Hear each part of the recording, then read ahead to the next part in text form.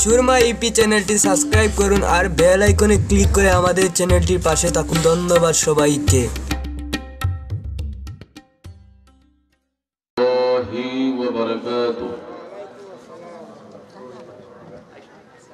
الصلاة والسلام عليك يا رسول الله.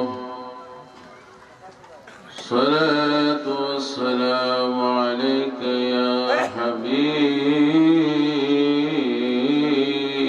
الله. الصلاة والسلام عليك يا شفيع المذنبين. الصلاة والسلام عليك يا رحمة للعالمين. সবাই আমার সঙ্গে পড়ুন। أعوذ بالله من الشيطان الرجيم. بسم الله الرحمن الرحيم. إن الله وملائكته يصلون على النبي. يا أيها الذين آمنوا صلوا عليه وسلموا تسليما. اللهم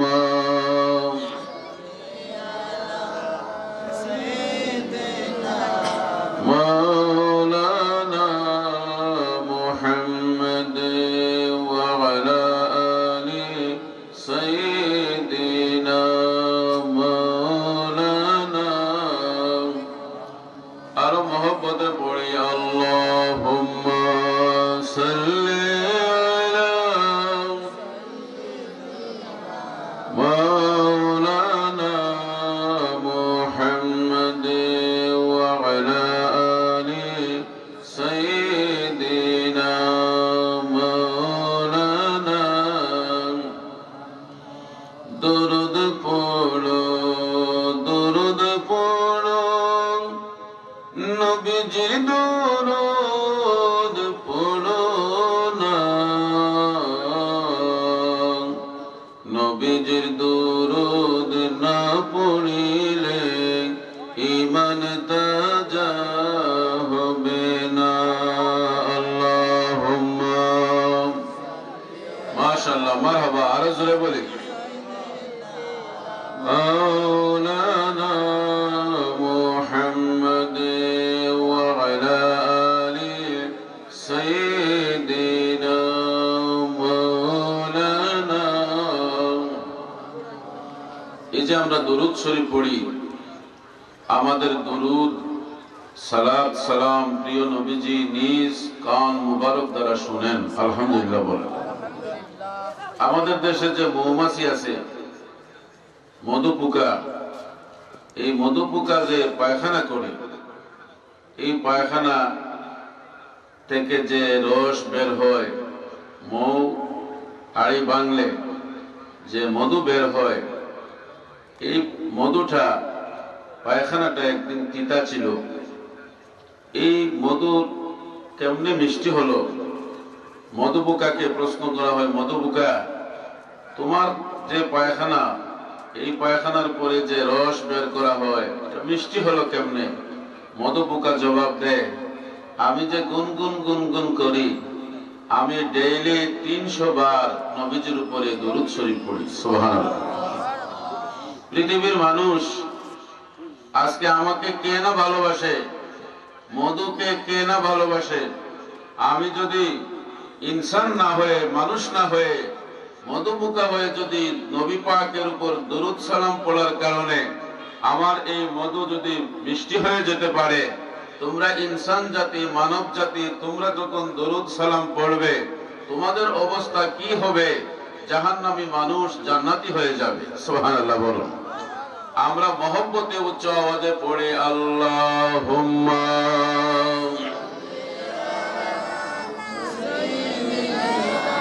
মাওলানা মুহাম্মদ ওয়া আলা আলি সাইয়্যিদিনা মাওলানা,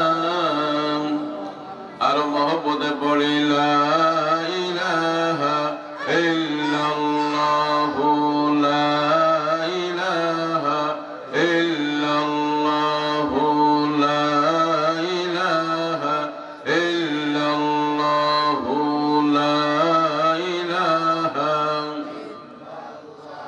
আইশো আইশো দয়াল নবী বৈশো আমার নয়নে, আইশো আইশো দয়াল নবী বৈশো আমার নয়নে, ওর জান মাও কুরবানি করে গো, ওর জান মাও কুরবানি করে দিতাম আপনার চরণে। লা ইলাহা ইলাহা ইল্লাল্লাহু লা ইলাহা, মাশাআল্লাহ, হু লা ইলাহা ইল্লাল্লাহু লা ইলাহা।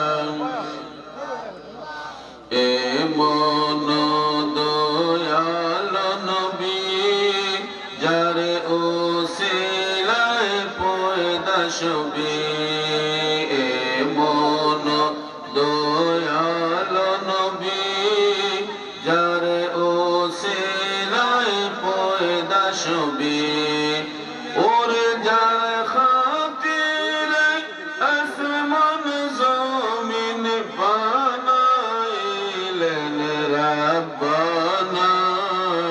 লা ইলাহা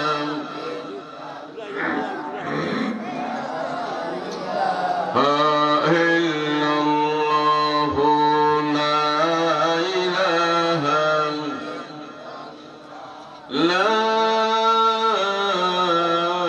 ইলাহা ইল্লাল্লাহু মুহাম্মাদুর রাসূলুল্লাহ সাল্লাল্লাহু তাআলা আলাইহি ওয়াসাল্লাম। আলহামদুলিল্লাহ, পালপুর বাইতুল আমান জামে মসজিদ পরিচালনা কমিটি ও যুব সংঘের উদ্যোগে 26তম আন্তর্জাতিক সুন্নি মহাসম্মেলন 2020 সভাপতির আসন অলঙ্কৃত করেছেন হাজী মোহাম্মদ সিরাজুল ইসলাম কুতামিয়া সাহেব, হাজী মোহাম্মদ নোয়াবুল্লাহ সাহেব, হাজী মোহাম্মদ আলাউদ্দিন সাহেব।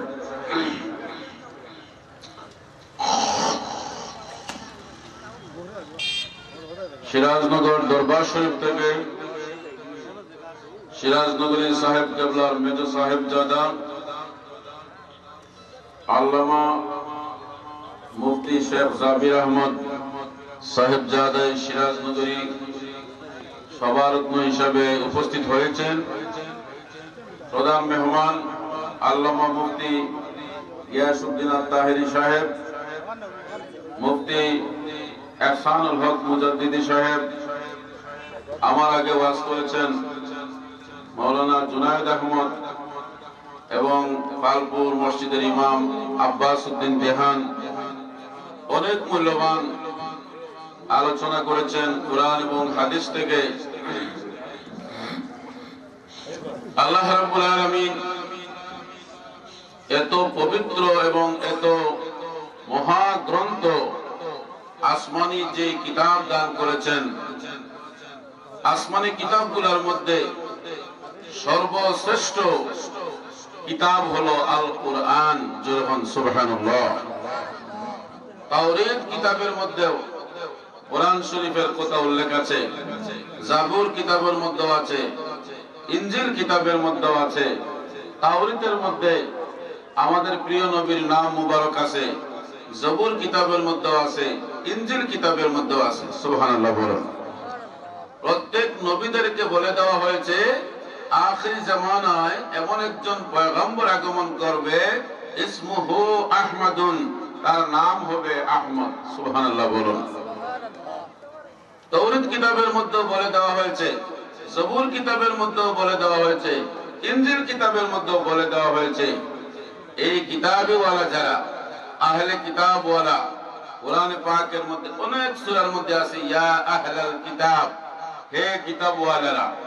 এই কিতাবওয়ালাদেরকে যখন বলে দেওয়া হলো, এর পরেও তারা এত স্পষ্ট দলিল পাওয়ার পরেও তারা অস্বীকার করেছে বিভিন্ন ভাবে যে না, আমাদের কিতাবের মধ্যে তো আখেরি নবীর নাম নাই। নাউজুবিল্লাহ বলুন। নাম নাই কেন বলে? নবীজি বলেছেন আখেরি নবী রাসূল করিম, রাসূল আরবী উম্মত যারা হবে তারা সকলের আগে জান্নাতে যাবে। সুবহানাল্লাহ বলুন। আল্লাহ বলছেন তোমরা আখেরি নবীর সময় যদি পাও তাহলে তার উপরে ঈমান আনবে।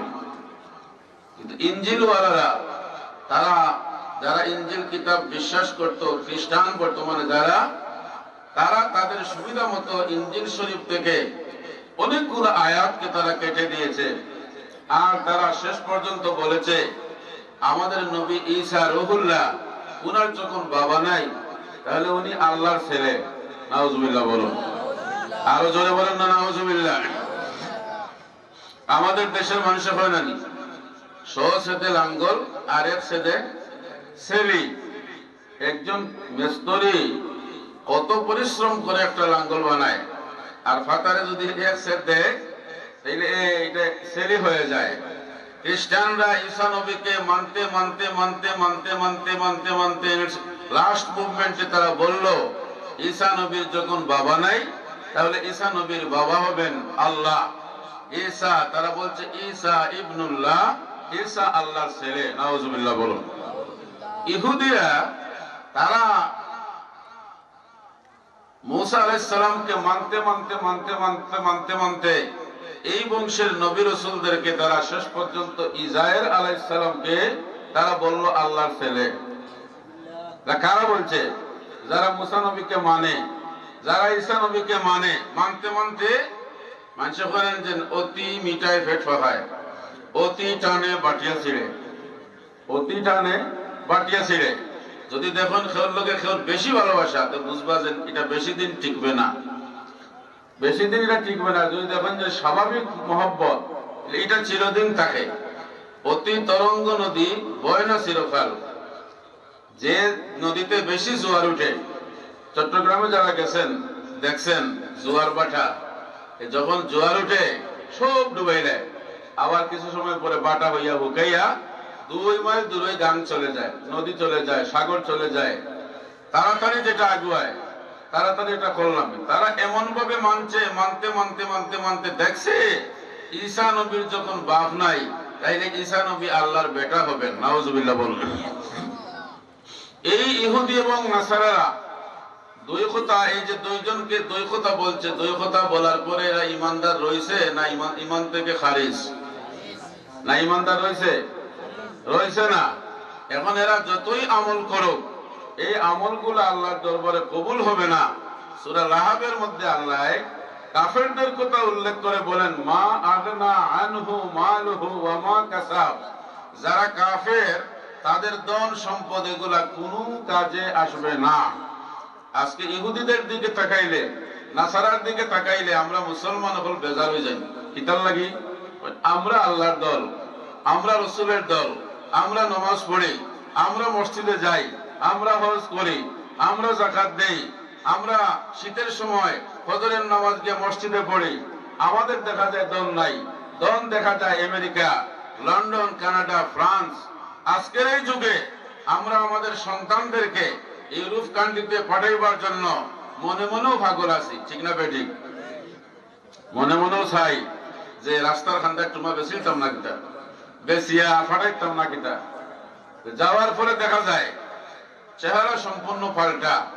আসল হাকিকত খবর নিয়ে দেখবেন, ফ্রান্স যাওয়ার পরে আর মা বাপরে ফোন করিও শিখায় না, বউ লইয়া গেছে গিয়া, বউ লইয়া গেছে, বউয়ে কয় তুমি আর খালে টাকা দিতাই, হেরা হেরা বাড়ির যেটা আছে ওটা খাকদন, আর আমরা চিন্তা করি দন। এই যে ইহুদি এবং নাসারা যে রাষ্ট্রকে আল্লাহ পাক এত দন দিয়েছেন, এর অর্থ হলো নবীজি বলেন দুনিয়াও মাজরাতুল আখিরা, এটা হলো আখিরাতের ক্ষেত। এটা ক্ষেত হবে, এক সময় ফসল তুলবেন, আরেক সময় একসাথে আগুন, এই বাদ মাসও রুইয়াও, হাওন মাসও রুইয়াও, হাওন মাসও আপনি ক্ষেত তুলতে পারতো না, না পারবা? হাওন মাসও রুইলে আগুন মাসও তোলা লাগে, ঠিক না বেটি? এই পৃথিবীতে মুসলমানরা আখিরাতের ক্ষেত করবে, আর কাফের মুশরিক যারা, তারা দুনিয়াতে ক্ষেত করিয়া দুনিয়াতে ক্ষেত তুলে, আখিরাত তাদের নাই, না আছে? আখিরাত তাদের নাই। আর দুনিয়াও সিজনুল মুমিনিন, ঈমানদারদের জন্য দুনিয়াটা কষ্টের জায়গা। আর দুনিয়াও সিজনুল মুমিনিন ওয়া জান্নাতুল লিল কাফিরিন, আর কাফেরদের জন্য এই দুনিয়াটা আরামের জায়গা, ঠিক না বেটি? আজকে কাফেরদের দিকে আমরা তাকাইলে দেখি কাফের মুশরিকেরা বড় আরামে আছে, টাকা পয়সা, গাড়ি বাড়ি, দন দৌলতের অভাব নাই। আখিরাতের তুলনায় এগুলা একেবারে নগণ্য, একেবারে কম। যখন একজন জান্নাতি জান্নাতের মধ্যে যখন যাবে, বেহেশতের মধ্যে যখন যাবে, জান্নাতের মধ্যে যখন যাবে, জান্নাতের মধ্যে যাওয়ার পরে দুধের নহর তার সামনে দেওয়া হবে, মধুর নহর তার সামনে দেওয়া হবে, পানির নহর তার সামনে দেওয়া হবে, শরবতের নহর তার সামনে দেওয়া হবে।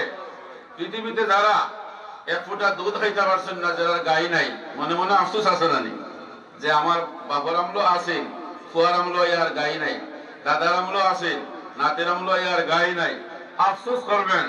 একজন জান্নাতি মেহমান জান্নাতে যাওয়ার পরে আপনি যেখানে থাকবেন, আপনার জন্য ফুল, বিছানা, গালিচা দেওয়া হবে।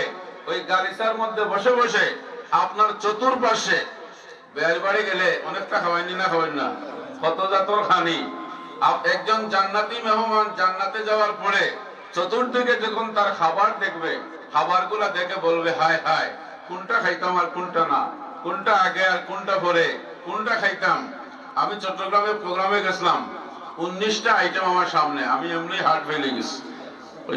19টা আইটেম খাইয়া মোটাইনি। বর্তমানে মানুষে হাইয়েস্ট 3টা বা 2টা হলে যথেষ্ট হয়, ঠিক না বেটি?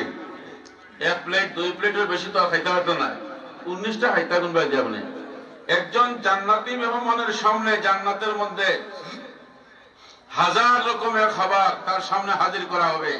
এক একটা যখন টেস্ট করবে তখন এত মজা, তখন বলবে হায় হায়, দুনিয়াতে আমি বহু মিষ্টি খাইলাম, বহু আপেল খাইলাম, বহু কমলা খাইলাম, বহু আঙ্গুর খাইলাম, বহু কিশমিশ খাইলাম, বহু বেদানা খাইলাম, অনেক কিছু খাইলাম, এই জাতীয় স্বাদ তো আমি কোনোদিন পাই নাই। এত স্বাদ। ফেরেশতারা বলবে, হুর এবং গেরমানরা বলবে, আরে এটা রাখেন, অন্যটা খান না কেন? তো অন্যটা যখন মুখে দিবে মজা আরো বেড়ে যায়, সুবহানাল্লাহ বলেন। অন্যটা যখন মুখে দেবে মজা আরো বেড়ে যায়, অন্যটা যখন মুখে দিবে মজা আরো বেড়ে যায়। এইভাবে মজা বাড়তে বাড়তে বাড়তে বাড়তে বাড়তে বাড়বে। তখন বলবে আল্লাহ এত খাবার কিসের জন্য? তখন ভিডিও চিত্র তার সামনে হাজির করা হবে যে ঠিক শীতের সময় তুমি মসজিদে গেছলাই, ফজরের নামাজ পড়ছো, কিন্তু বাকিরা তো পড়ছে না। তুমি ঠিক নির্ধারিত সময়ে তোমার যাকাতের টাকা কত হয়েছে হিসাব করে দিছো, তোমার টাকার কারণে অনেক গরিব মানুষ ধনী হয়ে গেছে, সুবহানাল্লাহ বলেন।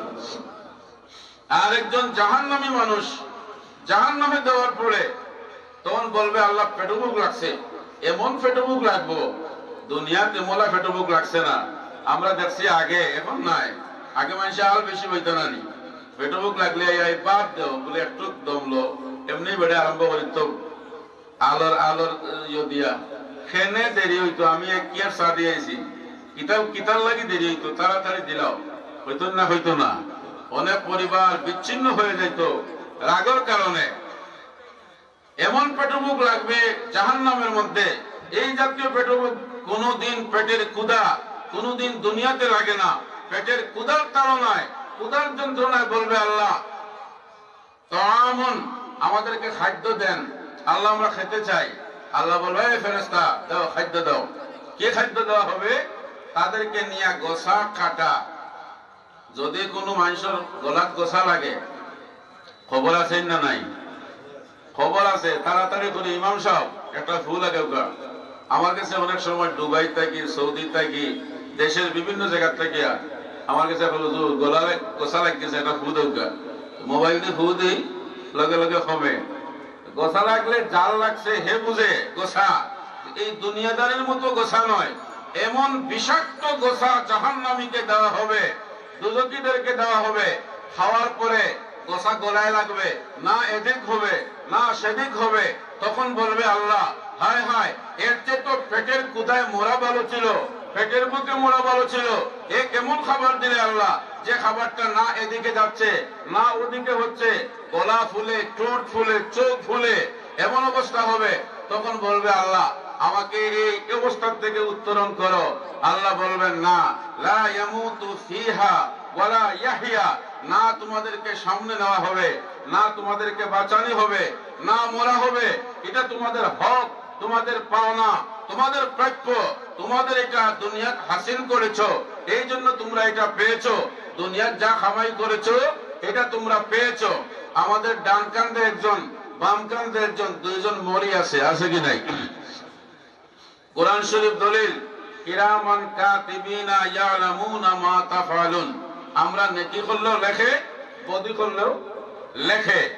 কোরআনে পাকের মধ্যে আল্লাহ বলেন, বান্দা তোমার হিসাব নিকাশটা আল্লাহ তন্ন তন্ন করে নেবেন। তুমি কোন দিন ব্যবসায় কম দিছো, কোন দিন মাফে কম দিছো, কোন দিন ওজনে কম দিছো। ওয়াইলুল লিল মুতাফফিফিন, যারা এক শ্রেণীর মানুষ আছে যারা দেওয়ার সময় ওজনে কম দেয় আর আনার সময় বেশি আনে। এমন মানুষ আছেন না নাই? দেওয়ার সময় কম দেয় আর আনার সময় ফুরা ভাই যেমনে হুমনেক করে হারায়, আরো কতটি দেরিয়া হারাই দেয়। ওই যা মাফতাম পারি, আগে তো ফুরার মাফ আছি, আর পাল্লা হইলে হুমনেক করে। আল্লাহ এখন ওয়াইলুল লিল মুতাফফিফিন, যারা ওজনে কম দেয় তাদের জন্য হাবিয়া নামক জাহান্নাম। আর যারা 16 আনা মাপ দেয়, জায়গা বলেন, জিনিসপত্র বলেন, যে কোনো জিনিস বলেন, 16 আনা যারা মাপ দেয় তাদের মর্যাদা হলো নবীদের সঙ্গে হাসরের ময়দানে থাকবে। সুবহানাল্লাহ বলুন, নবীদের সঙ্গে থাকবে। দুনিয়াবি হালতে আমরা আমাদের যে কসুর, আমাদের যে খাতা, এই খাতা কসুরের থেকে আমরা যদি উত্তরণ হতে না পারি, আমরা যদি উদ্ধার হতে না পারি, আমাদের হাঁটতে চলতে ফিরতে আমাদের হাতের গুনাহ আছে, পায়ের গুনাহ আছে, চোখের গুনাহ আছে, কানের গুনাহ আছে, নাকের গুনাহ আছে। এই সমস্ত গুনাহগুলোকে মাফ করার জন্য আল্লাহ রাব্বুল আলামিন কতগুলা জীবন দিয়ে, কতগুলা দিবস দিয়েছেন। সম্মানিত উপস্থিত হাজিরিন, আজকের এই মাহফিলে অনেক দূর দূরান্ত থেকে আমাদের মেহমান হিসাবে আপনারা এসেছেন। তো আমি দয়া করে আপনাদের খেদমতে আরজ করি, যারা রাস্তার কিনারায় অথবা প্যান্ডেলের সামনে মোটর বাইক, সাইকেল, সিএনজি রেখেছেন, দয়া করে আপনারা রাস্তার পূর্ব সাইডে জায়গা রয়েছে, সেখানে আপনারা গাড়ি পার্কিং করেন। রাস্তাটা যাতে ক্লিয়ার থাকে এবং স্বেচ্ছাসেবক ভাইদেরকে দৃষ্টি আকর্ষণ করছি সে বিষয়ে আপনারা একটু সচেতন হওয়ার জন্য। তো মহব্বতে পড়ে আল্লাহুম্মা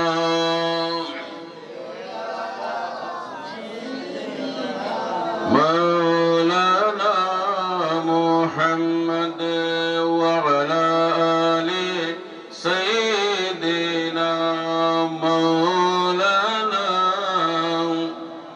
গভীর মনোযোগ। আল্লাহ রাব্বুল আলামিন আল্লাহর প্রিয় নবীকে বলেন, নবীজি ইয়া রাসূলুল্লাহ হাল আতাকা হাদিসুল গাশিয়া। 30 পারা কোরআন শরীফ সূরা গাশিয়ার মধ্যে প্রথম আয়াত। আল্লাহ বলেন হাল আতাকা হাদিসুল গাশিয়া, আপনার কাছে কি কিয়ামতের খবর এসেছে? কিয়ামত বড় কঠিন, এই জন্য আল্লাহ পাক কোরআনে পাকের মধ্যেও বলেছেন, আবার নবীজিও বলেছেন।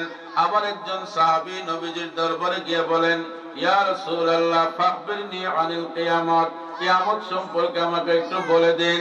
আল্লাহর প্রিয় নবী নবী বলেন, ও সাহাবী, তুমি আমার কাছে যে প্রশ্ন করেছো কিয়ামত সম্পর্কে, কিয়ামতের জন্য তুমি কি জোগাড় করেছো, কি সম্পদ তুমি অর্জন করেছো, ওই ময়দানে ওঠার মতো তোমার কাছে কি প্রস্তুতি রয়েছে? সাহাবী চোখের পানি ছেড়ে দিয়ে কেঁদে দিয়েছেন, ইয়া রাসূলুল্লাহ, নবীজি গো, আমার হাতের দিকে তাকায় আমি দেখি আমি বড় গরীব, আমি বড় অসহায়, ওই ময়দানে ওঠার মতো আমার কোনো সাহস নাই। যে ময়দানের মধ্যে সব তাসবিহ বন্ধ হয়ে যাবে, সকলের জবান বন্ধ হয়ে যাবে, একমাত্র তাসবিহ থাকবে, নফসি নফসি, আমাকে বাঁচাও, আমাকে বাঁচাও, আল্লাহ আমাকে বাঁচাও, আমি কোন দিকে যাব? জোরে বলুন সুবহানাল্লাহ। ওই ময়দানের মধ্যে হজ যারা করেছেন, হাজী সাহেব যারা গিয়েছেন মক্কাতুল মুকাররমায়, নারী পুরুষ একসাথে হজ করে, ঠিক না বেঠিক? বাংলাদেশের মধ্যে একটা নারী যদি রাস্তা দিয়ে যায়, আরেকটা যুবক ওই নারীর দিকে তাকায়, আবার কোন ভালো সুন্দর ছেলে যদি যায়, অনেকগুলা যুবতী তার দিকে তাকায়, কিন্তু মক্কা শরীফে এক জায়গায় দাঁড়িয়ে তাওয়াফ করেন, একজন নারী আরেকজন পুরুষের দিকে তাকায় না, পুরুষ নারীর দিকে তাকায় না। এমন ফানাফিল্লার দরজায় পৌঁছে যায়, আল্লাহর জন্য এমন প্রেমিক হয়ে যায়, এমন আশিক হয়ে যায়, আপনার কিনারা দিয়া কে যাচ্ছে আপনি বলতে পারবেন না। হযরত আয়েশা সিদ্দিকা রাদিয়াল্লাহু তাআলা আনহা আমার নবীকে বলেন, ইয়া রাসূলুল্লাহ, হাসরের কঠিন ময়দানে নারী পুরুষ উলঙ্গ অবস্থায় থাকবে, যার যার কবর থেকে সবাই দাঁড়াবে, ইয়া রাসূলুল্লাহ, নবীজি গো, নারী এবং পুরুষ উলঙ্গ থাকবে, কেউ কি কার দিকে তাকাবে না? আল্লাহর প্রিয় নবী বলেন, গো আয়েশা, ওই ময়দানের মধ্যে মানুষগুলো এমন মুসিবতের মধ্যে পড়বে, নফসি নফসি আরম্ভ হবে, বাঁচাও বাঁচাও আরম্ভ হবে, কেউ কারো দিকে তাকাইবার সুযোগ পাইবে না, সকলের মুখে নাফসি নাফসি আরম্ভ হবে। ওই ময়দান থেকে মানুষগুলা সিদ্ধান্ত নিবে কার কাছে গেলে আমরা নাজাত পাওয়া যাবে, কার কাছে গেলে ওই ময়দান থেকে মুক্তি পাওয়া যাবে। সমস্ত উম্মত গুলা দৌড়াইয়া প্রথম নবী যাকে আল্লাহ পাক নবুয়ত দিয়েছিলেন, প্রথম মানুষ যিনি দুনিয়ায় সৃষ্টি করেছিলেন, আদম নবীর দরবারে যাবে, আদম নবীকে গিয়ে বলবে, ওগো আদম সফিউল্লাহ, আপনি আল্লাহর পয়গাম্বর, আপনাকে সবার আগে বানানো হয়েছে, ওগো আদম সফিউল্লাহ, ওই বয়াল ময়দান কোনোদিন আমরা দুনিয়ার মধ্যে দেখি নাই, কোনদিন আমরা পাই নাই। ফেরারি আসামিকে পুলিশ দৌড়াইয়া নিলে এক থানার থেকে যদি আরেক থানায় চলে যায়, আসামি ধরতে পারে না। কিন্তু ওই বয়াল ময়দানের মধ্যে এমন কোন রাজ্য আমরা খুঁজে পাই না। কার কাছে যাব, কোথায় লুকাবো, কোন জায়গায় গেলে আমরা নাজাত পাবো, কার কাছে গিয়ে আমরা স্বস্তি পাবো? ওগো আদম সফিউল্লাহ, ওই ময়দান থেকে আমাদেরকে নাজাতের ফয়সালা করেন। আদম সফিউল্লাহ বলবেন, লাস্তু লাহা, লাস্তু লাহা, এই দায়িত্ব আমার নয়, এই কর্তব্য আমার নয়, এই ক্ষমতা আমার নাই, এটা আমি পারবো না। ওরে দুনিয়ার, ওরে ওরে ওরে হাসরের ময়দানে হাসরওয়ালারা, তোমরা যাও, একজন জলিল কদর পয়গাম্বর রয়েছেন, যাকে নমরুদ অগ্নিকুণ্ডের মধ্যে ফেলে দিয়েছিল, আল্লাহ পাক যার জন্য অগ্নিকুণ্ডকে এয়ার কন্ডিশন করে দিয়েছিলেন, জান্নাতের বাগান বানিয়েছিলেন, তোমরা তার কাছে যাও। জোরে বলুন সুবহানাল্লাহ। সমস্ত মানুষগুলো দৌড়াইয়া ইব্রাহিম খলিলুল্লাহর দরবারে যাবে। আল্লাহ পাক যাকে খলিল বলেছেন, সুবহানাল্লাহ বলুন।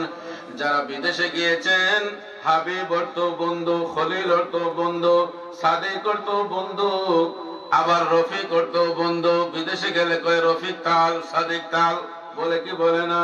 রফিক তাল, সাদিক তাল। সাধারণ বন্ধুকে বলে রফিক এবং এর রফিক এবং সাদিক। আর এর চাইতে উপরের বন্ধু যিনি আছেন তাকে বলা হয় খলিল। এর উপরে আর বন্ধু নাই, যার যেখানে বন্ধুত্ব শেষ তাকে বলা হয় হাবিব। আমার নবী দয়াল নবী রাহমাতুল লিল আলামিনের লকব হলো হাবিবুল্লাহ, যার সঙ্গে আল্লাহ নিজে দোস্তি করেছেন। সুবহানাল্লাহ বলুন। ইব্রাহিম আলাইহিস সালামের খেতাব হলো খলিলুল্লাহ। ইব্রাহিম আলাইহিস সালাম আল্লাহর সঙ্গে দোস্তি করেছেন। আর একজন আরেকজনের সঙ্গে যেই ভালোবাসা, এটার নাম হলো রফিক, এটার নাম হলো তাল। পাকিস্তানে গেলে এই শব্দগুলো আর বলে না, তখন কয় দোস্ত ইধর মে আ যাও। সুবহানাল্লাহ বলেন। দোস্ত ওই ধর্মে আ যাও। আমাদের বাংলাদেশে কয় বন্ধু এখানে আসো, ফ্রেন্ড ফ্রেন্ড বলে, বন্ধু বলে এখানে আসো। আদম নবী কয় যাও, যিনি আল্লাহর সঙ্গে দোস্তি করেছেন দোস্তের কথা দোস্তে শুনবেন। তোমরা যাও, তোমরা তাড়াতাড়ি করে ইব্রাহিম নবীর দরবারে যাও। আসলে ময়দানের সমস্ত মানুষগুলা পেরেশান হইয়া গাম দৌড়াদৌড়ি করতে, গামতে গামতে গামতে গামতে কারো ঘন্টা পানি হবে, কারো হাঁটু পানি হবে, কারো কোমর পানি হবে, কারো সিনা পানি হবে, কারো গলা পানি হবে, কারো কেউ ঠাই পাবে না। ওই মানুষগুলা দৌড়ে দৌড়িয়া ইব্রাহিম আলাইহিস সালামের দরবারে আগমন করবে। ওগো ইব্রাহিম খলিলুল্লাহ, এরকম দুনিয়ার মধ্যে আমরা কোনোদিন বিপদে পড়ি নাই, আজকে বড় বিপদের মধ্যে পড়েছি, আমাদেরকে একটু উদ্ধার করেন। তিনি বলবেন কি ব্যাপার, আমাদের জন্য একটু সুপারিশ করেন। তিনি বলবেন আর দেরি না করে লাস্তুলাহা, এটা আমি পারবো না, তোমরা যাও মুসা কালিমুল্লাহর দরবারে, যিনি আল্লাহর সঙ্গে কুহেতুর পাহাড়ে কথা বলেছেন। সুবহানাল্লাহ বলেন। কুহেতুর পাহাড়ের মধ্যে যিনি আল্লাহর সঙ্গে, কুহেতুর পাহাড় মক্কা শরীফে হাজিরা অনেকেই দেখে আসছেন, যেখানে মুসা নবী আল্লাহর সঙ্গে কথা বলতেন প্রতিদিন 1000 কালাম। আল্লাহর সঙ্গে কথা বলতে বলতে বলতে বলতে বলতে বলতে এমন প্রেম মহব্বত পয়দা হয়েছে, তিনি বলে ফেলেন রাব্বি আরিনে, আল্লাহ তুমি আমাকে দেখা দাও। আল্লাহ বলে লান তারানি মুসা, তুমি আমাকে দেখতে পারবে না। মুসা নবী কয় আল্লাহ, আমার উম্মতদেরকে আমি কি বলবো? আমার উম্মত যদি বলে তুমি কুহেতুর পাহাড়ে গেলায়, তোমার আল্লাহর সঙ্গে তোমার মুলাকাত হয়েছে কিনা? আমি যদি বলি না, আমার একদল উম্মত আমাকে বলবে ও মুসা, তাইলে তোমার আল্লাহ তোমাকে ভালোবাসেন না, যদি ভালোবাসতো তাইলে দেখা দিত না, আমি দেখা না করে কুহেতুর পাহাড় থেকে যাব না। আবার মুসা নবী কয় রাব্বি আরিনে, আল্লাহ বলেন লান তারানি। এইভাবে বলতে বলতে বলতে বলতে মুসা নবী যখন বলে আল্লাহ আমি যাব না, দেখা না দিলে যাব না, আল্লাহ রাব্বুল আলামিন 70,000 নূরের পর্দা থেকে শস্য পরিমাণ নূর, জররা পরিমাণ নূর যখন কুহেতুর পাহাড়ের দিকে নিক্ষেপ করলেন, সুবহানাল্লাহ বলেন। কুহেতুর পাহাড়ের দিকে নিক্ষেপ করার পরে সারা পাহাড় জ্বলে ছাই হয়ে গেল। ঈদের দিন আমরা সুরমা লাগাই, ঠিক না বেঠিক? যারা চৌকের মধ্যে সুরমা দেয় ওই মানুষটাকে বড় সুন্দর লাগে, জামাই জামাই ভাব লাগে। ওই মানুষটার চেহারা বড় সুন্দর দেখা যায়, চোখের মধ্যে সুরমা। ওই সুরমা গুলা হইল কুহেতুর পাহাড় জ্বলে যে ছাই হয়েছিল। এই সুরমা যদি কেউ জুমাবার দিন ব্যবহার করে, আল্লাহ পাক তার চোখের মধ্যে জাল থাকলে জাল কেটে যায়, চোখে যদি কম দেখে চোখের জ্যোতি বেড়ে যায়। হযরত মুসা কালিমুল্লাহ বেহুশ হয়ে জমিনের মধ্যে পড়ে গেলেন, সারা পাহাড় পর্বত জ্বলে ছাই হয়ে গেল। কিছুক্ষণ পরে আল্লাহ রাব্বুল আলামিন বলেন ও মুসা, এবার তুমি একটু চক্ষুটা খুলে নজর করো। মুসা নবী চক্ষু খুলে দেখেন সারা কুহেতুর পাহাড় জ্বলে আঙ্গার হয়ে গিয়েছে। এবার আল্লাহ বলে মুসা রে, তোমার পিঠের দিকে, পিঠের নিচে যেখানে তুমি শুয়ে আছো, পিঠের নিচের দিকে একটু তাকাও। কয় আল্লাহ তাকাইলাম, কি দেখো? কয় আল্লাহ আমার পিঠের নিচের মাটি পর্যন্ত জ্বলে আঙ্গার হয়ে গিয়েছে। ও মুসা, এবার তোমার শরীরের দিকে, জিসমের দিকে, তোমার বদনের দিকে নজর করো। এবার মুসা নবী নিজের দিকে খেয়াল করলেন, এবার দেখেন মুসা নবীর একটা পশমও জ্বলছে না। সুবহানাল্লাহ বলুন, আরো জোরে বলুন না সুবহানাল্লাহ। ডাকার মতো ডাকলে খোদাই কেমনে শোনেন না, ডাকার মতো ডাকলে খোদাই। এক ডাকেছে মুসা নবী, তোর পাহাড়ে রইলেন পড়ে, খোদার নূরে পাহাড় জ্বলে, মুসা জ্বলে না, ডাকার মতো ডাকলে খোদা। হায় হায়, ডাকার মতো ডাকলে খোদাই কেমন শুনেন না। মুসা নবী কয় আল্লাহ বুঝলাম না, আমার একটা পশমও কেন জ্বললো না? সুবহানাল্লাহ বলুন।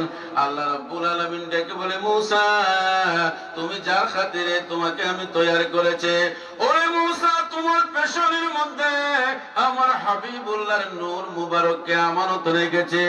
আমার নবীর কারণে তোমার একটা পশমও জ্বলে না। সুবহানাল্লাহ বলুন। নবীজির নূর মুবারকের উসিলায় পশম জ্বললে না। মুসা নবী উম্মতদেরকে বলেন, ও হাসরওয়ালা কি চাও? ওগো মুসা, তুমি আল্লাহর সঙ্গে কথা বলেছো, হাসরের ময়দানে আমাদের জন্য সুপারিশ করেন। মুসা নবী কয়, না না,